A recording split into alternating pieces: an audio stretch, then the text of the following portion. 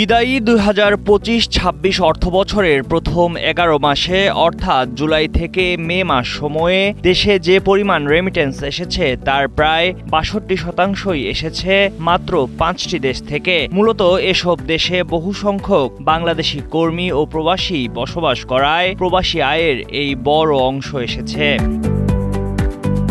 বাংলাদেশ ব্যাংকের হালনাগাদ প্রতিবেদনে উঠে আসা তথ্যে দেখা যায়, গত অর্থবছরের প্রথম ১১ মাসে বিশ্বের বিভিন্ন দেশ থেকে প্রবাসীরা মোট ৩,২৭৭ কোটি মার্কিন ডলারের রেমিটেন্স পাঠিয়েছেন। এর মধ্যে শীর্ষ ৫টি দেশ সৌদি আরব, যুক্তরাজ্য, সংযুক্ত আরব আমিরাত, মালয়েশিয়া ও যুক্তরাষ্ট্র থেকে এসেছে ২,০২৫ কোটি ডলার। সর্বোচ্চ ৫২৭ কোটি ৯৭ লাখ ডলার এসেছে সৌদি আরব থেকে, যা মোট আয়ের ১৬%। দ্বিতীয় সর্বোচ্চ ৪৬৮ কোটি ৫৮ লাখ ডলার আসে যুক্তরাজ্য থেকে। সংযুক্ত আরব আমিরাত থেকে ৪২৭ কোটি ৮২ লাখ ডলার, মালয়েশিয়া থেকে ৩২২ কোটি ডলার এবং ২৭৮ কোটি ৯৬ লাখ ডলার এসেছে যুক্তরাষ্ট্র থেকে।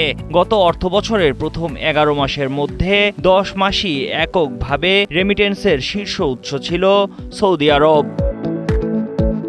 এর বাইরে ওমান, কুয়েত, কাতার, বাহরাইন, সিঙ্গাপুর ও ইতালি থেকে ১১ মাসে এসেছে প্রায় ৮৮৯ কোটি ডলার, যা মোট প্রবাসী আয়ের ২৭%। সব মিলিয়ে মোট প্রবাসী আয়ের প্রায় ৯০%ই এসেছে মাত্র ১১টি দেশ থেকে। সরকার প্রবাসীদের ব্যাংকিং চ্যানেলে আয় পাঠাতে উৎসাহ দিয়ে আসছে। অর্থ পাঠানোর প্রক্রিয়াও সহজ করেছে, দেয়া হচ্ছে বাড়তি প্রণোদনাও। এতে হুন্ডির মতো অবৈধ মাধ্যমে রেমিটেন্স প্রবাহ কমেছে বলে মনে করছেন ব্যাংক সংশ্লিষ্টরা। এর ইতিবাচক প্রভাব পড়েছে প্রবাসী আয় প্রবাহে। ডেস্ক রিপোর্ট, সময়ের আলো।